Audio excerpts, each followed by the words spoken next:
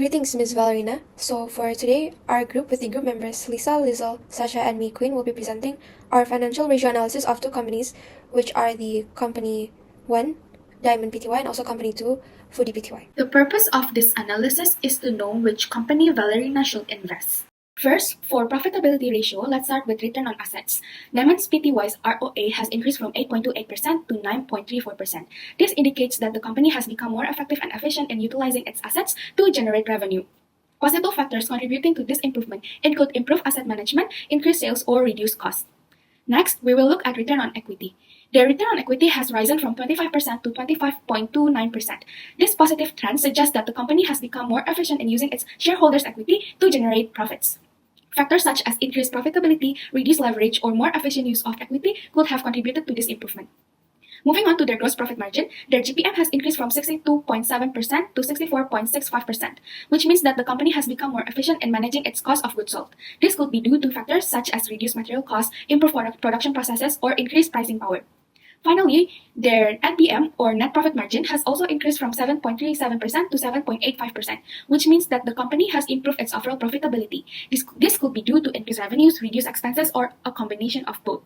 Overall, these positive changes in profitability ratios suggest that the company is in a strong financial position and is well managed. Next, we will examine the assets efficiency ratio. The assets turnover ratio has increased from 1.12 in 2023 to 1.19 in 2024. This indicates that the company has become more efficient in using its assets to generate sales. Next, the times inventory ratio remained constant at 1.19 in both 2023 and 2024. This suggests that the company's inventory management practices have remained relatively unchanged. The days inventory ratio decreased slightly from 307.72 in 2023 to 306.03 in 2024. This indicates that the company has improved its inventory management and reducing the average time it takes to sell its inventory. The times debtor ratio increased significantly from 29.42 in 2023 to 48.06 in 2024. This suggests that the company has improved its credit management practices and is collecting payments from customers more efficiently. The days debtors ratio decreased significantly from 12.41 to 7.6 in 2024. This indicates that the company has reduced the average time it takes to collect payments from customers and improving its cash flow. The times creditor ratio decreased slightly from 3.56 to 3.37. This suggests that the company has become slightly less efficient in paying its suppliers. The days creditors ratio increased slightly from 102.61 to 108.16. This indicates that the company has taken slightly longer to pay its suppliers. So overall, the company has improved its assets efficiency, particularly in terms of managing its receivables and collecting payments from customers. However, there is room for improvement in inventory management and payments to suppliers. So here we have the liquidity ratio. So there are two, which is the current ratio and also the quick asset ratio. So for the current ratio, there's an increase from 1.79 to 1.84 in the year 2024. So it indicates a significant improvement in the company's short-term liquidity. Well, next we have the quick asset ratio, which is also similar to the current ratio because there's an increase from 0.66 to 0.69, and it suggests a stronger ability to meet short-term obligations without relying heavily on inventory. So here, the liquidity analysis indicates a significant improvement in the company's financial health because both current ratios and the quick asset ratio have increased, and suggesting that the company has strengthened its ability to meet its short-term obligations. Next, here we have the capital structure analysis. So there are four. The first one is debt to asset ratio. So there's an increase from 64.35% to 61.83% in the year 2024. So it indicates a reduced reliance on debt financing. Next is the equity ratio. This shows an increase from 35.65 in 2023 to 38.17% in the year 2024, and it suggests a stronger financial position due to increased equity financing. So next we have debt to equity ratio. So there's a decrease from 180.54% to 162.02%. So it indicates a reduced debt burden relative to equity. The fourth one is the interest coverage ratio. So it shows an increase from 8.78 to 9.70 that suggests improved ability to cover interest expenses. So based on the four ratios, the capital structure analysis indicates a significant improvement in the company's financial health. The company has reduced its reliance on debt financing, increased its equity financing, and improve its ability to cover interest expenses. So this is a positive sign for investors and creditors, as it suggests a stronger financial position and reduced risk of financial distress. The return of asset for Company 2 decreased slightly from 5.67% in 2023 to 5.61% in 2024. This suggests that the company's efficiency in using its assets to generate profits has declined slightly. Similarly, for return of equity, Company 2 experienced a slight decrease from 35.3% in 2023 to 32.16% in 2024. This indicates that the company's ability to generate profits for its shareholders has declined.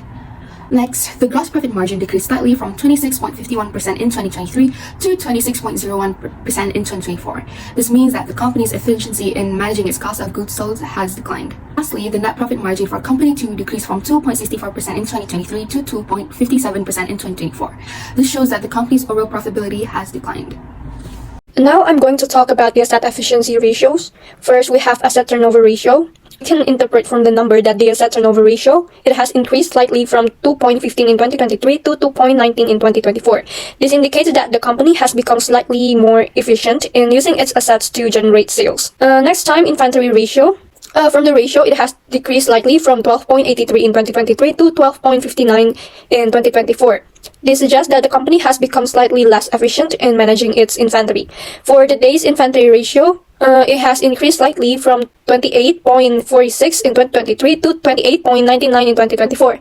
This indicates that the company has taken slightly longer to sell its inventory. For the times debtors ratio, the times debtors ratio decreased significantly from 115.88 in 2023 to 96.76 in 2024. This suggests that the company has become less efficient in collecting payments from its customers. For the days debtors ratio, the days debtor ratio, it has increased from 3.15 in 2023 to 3.77 in 2024. This indicates that the company has taken longer to collect payments from its customers. For times creditors ratio, the ratio shows that it has decreased slightly from 9.73 in 2023 to 9.25 in 2024. This suggests that the company has become slightly less efficient in paying its suppliers.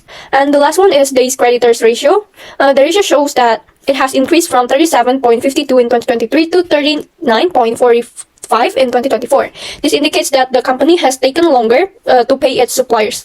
Overall, the company has made some progress in improving its asset efficiency, but there are areas where it could still improve. In particular, the company needs to work on improving its collection of payments from customers and its inventory management. The current ratio for Company 2 increased slightly from 0.58 in 2023 to 0.59 in 2024. This indicates a slight improvement in the company's liquidity, but is still below the generally accepted industry standard of 2:1. Next, the quick asset ratio increased from 0.20 in 2023 to 0.22 in 2024. This indicates a slight improvement in the company's liquidity, but it is still significantly below the industry standard. Similar to other ratio analysis results, while the company's liquidity has improved slightly, it remains in a relatively weak position. Both the current ratio and quick asset ratio are below industry standards, suggesting that the company may have difficulty meeting its short-term obligations. This will influence Ballerina's decision in choosing which company to choose, as Company 2 is not performing well in terms of liquidity. And now we're going to dive into the capital structure ratio, where first I'm going to talk about the debt to assets ratio.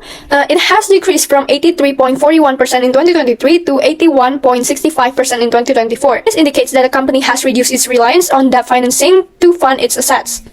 Next is equity ratio. The equity ratio increased from 16.59% in 2023 to 18.35% in 2024. This suggests that the company has increased its reliance on equity financing.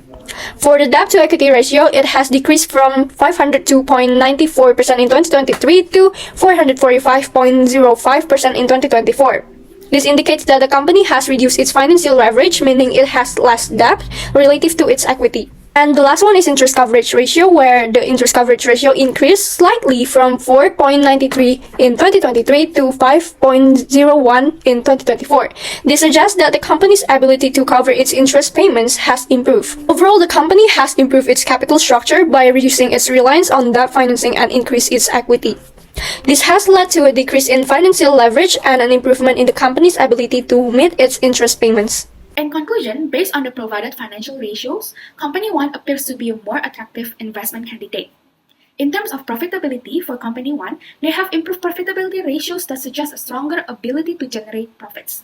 Meanwhile, Company 2, they are declining profitability and their slower collection of receivables are concerning. As for asset efficiency, Company 1, Diamond Pty, improved debtor turnover and consistent inventory management, which indicate better asset utilization.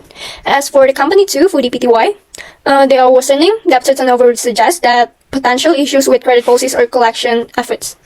And the last one, liquidity and capital structure.